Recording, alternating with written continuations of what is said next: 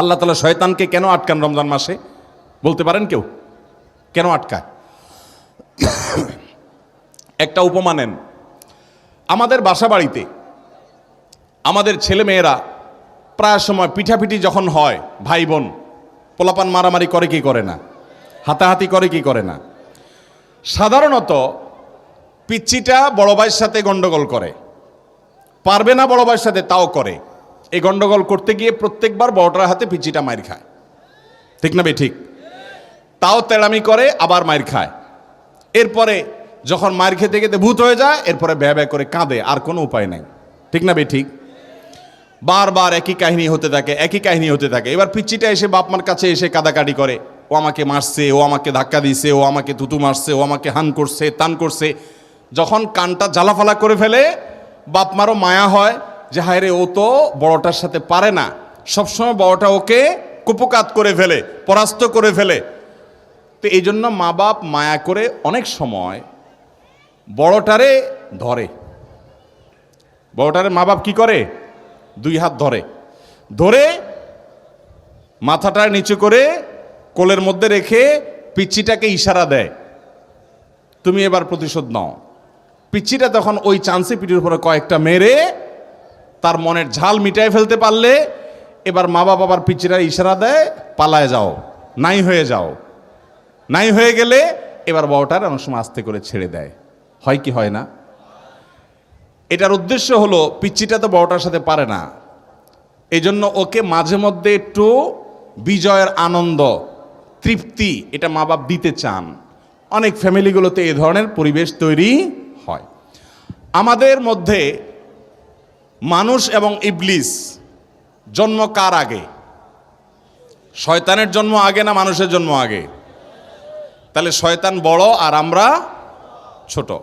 শয়তান চায় আমাদেরকে জাহান্নামে নিয়ে যেতে, আর আল্লাহ আমাদেরকে চান আমরা জান্নাতে যাই।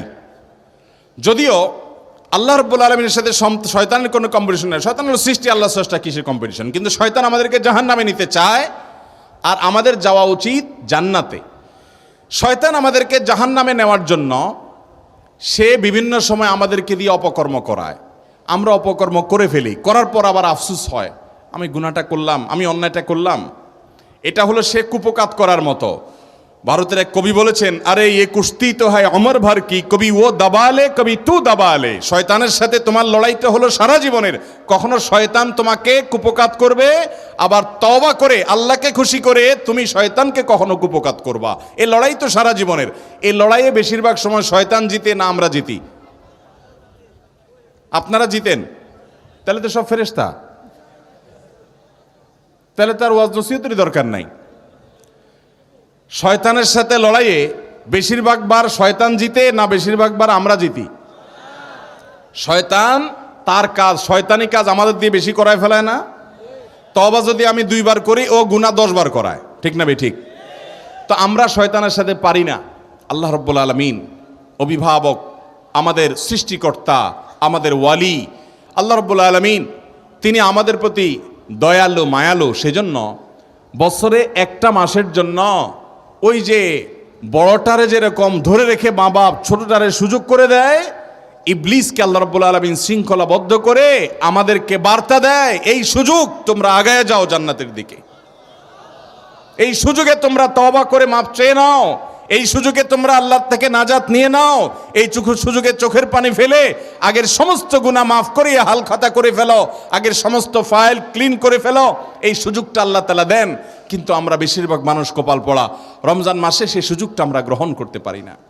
আল্লাহ তাআলা আমাদেরকে রমজানের রোজার শিক্ষাটা গ্রহণ করার তৌফিক দান করুন, তাকওয়া অর্জন করার তৌফিক দান করুন, মাগফিরাত লাভ করার তৌফিক দান করুন, নাজাত লাভ করার তৌফিক দান করুন, জাহান্নাম থেকে মুক্তির নসিব করার তৌফিক দান করুন, এবং জান্নাতি হওয়ার তৌফিক দান করুন।